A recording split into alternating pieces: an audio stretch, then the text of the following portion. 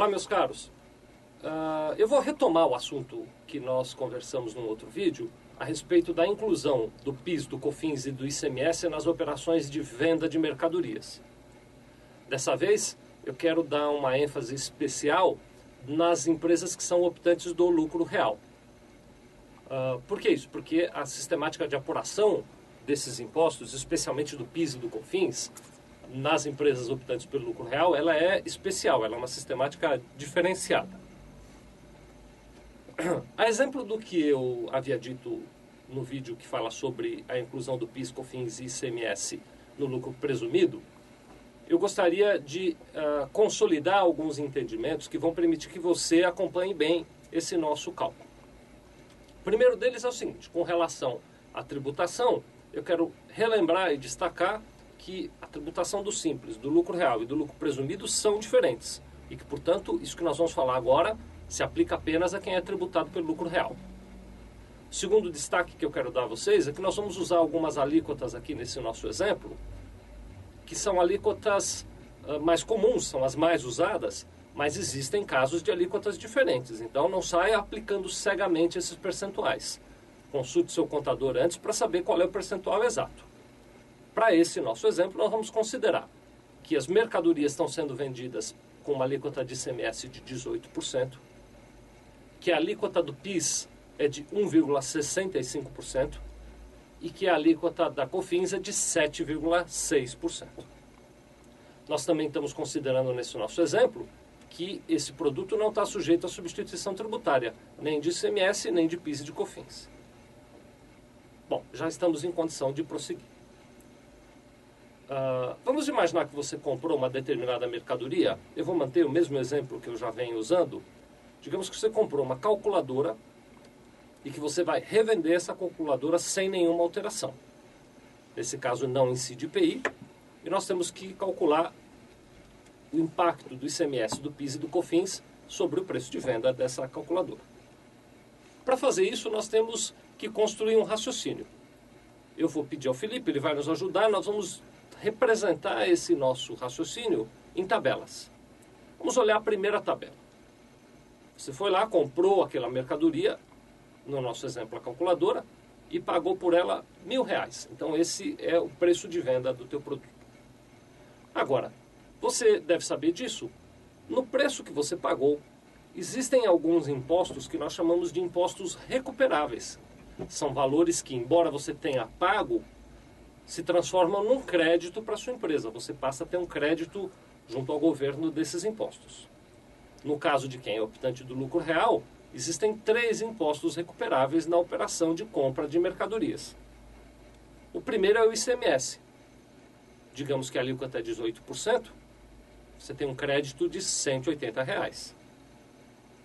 Fique atento, em algumas operações de compra você pode ter uma alíquota não de 18%, que é a alíquota interna para operações de São Paulo. Você pode ter uma alíquota menor, ou até mesmo maior. Fique atento ao destaque do ICMS na nota fiscal do seu fornecedor. Mas supondo que é 18%, você tem um crédito de R$180. Sempre que você compra mercadorias sendo optante do lucro real, você tem direito também a um crédito de PIS equivalente a 1,65% do preço de compra dessas mercadorias. Portanto, no nosso exemplo, R$16,50. E da mesma forma, sendo optante do lucro real, você tem direito a um crédito de COFINS correspondente a 7,6% do preço de compra. No nosso exemplo aqui, R$76. Se eu pegar, então, o preço de compra daquela calculadora de R$1.000 e deduzir dele o crédito de ICMS de 180, o crédito de PIS de 16,50 e também o crédito de COFINS de R$76, eu vou encontrar o custo da mercadoria sem os impostos, que corresponde a R$ 727,50. Então, este é o custo efetivo da minha mercadoria, considerando que eu vou recuperar aqueles outros impostos. Vamos para uma segunda tabela.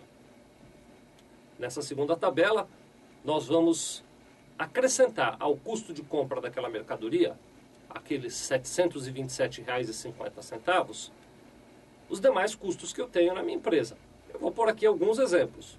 você pode ter, digamos, uma despesa de venda equivalente a R$50.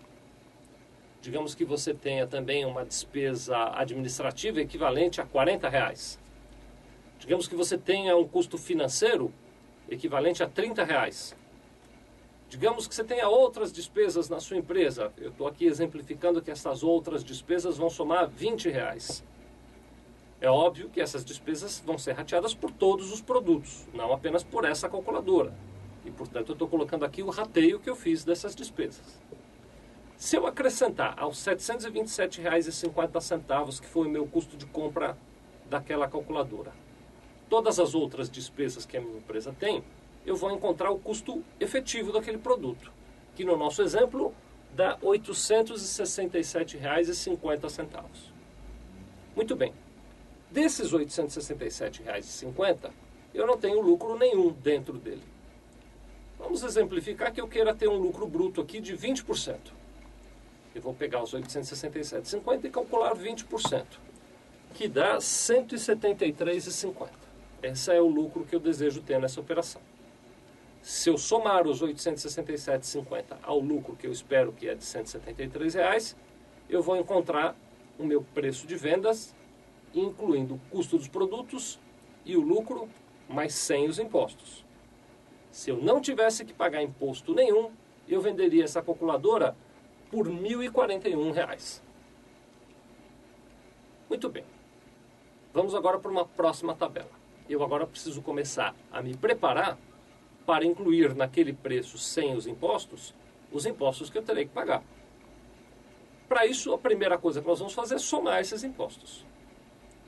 Então, eu vou somar 18% de ICMS, que é a alíquota que nós estamos usando no nosso exemplo. Somarei a isso 1,65% de PIS, que é a alíquota de quem é tributado pelo lucro real. E somarei também 7,60% de COFINS. Então, vou somar 18% de ICMS, 1,65% de PIS e 7,6% de COFINS. E vou encontrar o total de impostos que eu tenho que refletir no meu preço de venda. No nosso caso aqui, esse total dá 27,25%. Então, esse é o total de impostos que eu devo acrescentar naquele meu preço de venda sem os impostos. Vamos para uma tabela seguinte.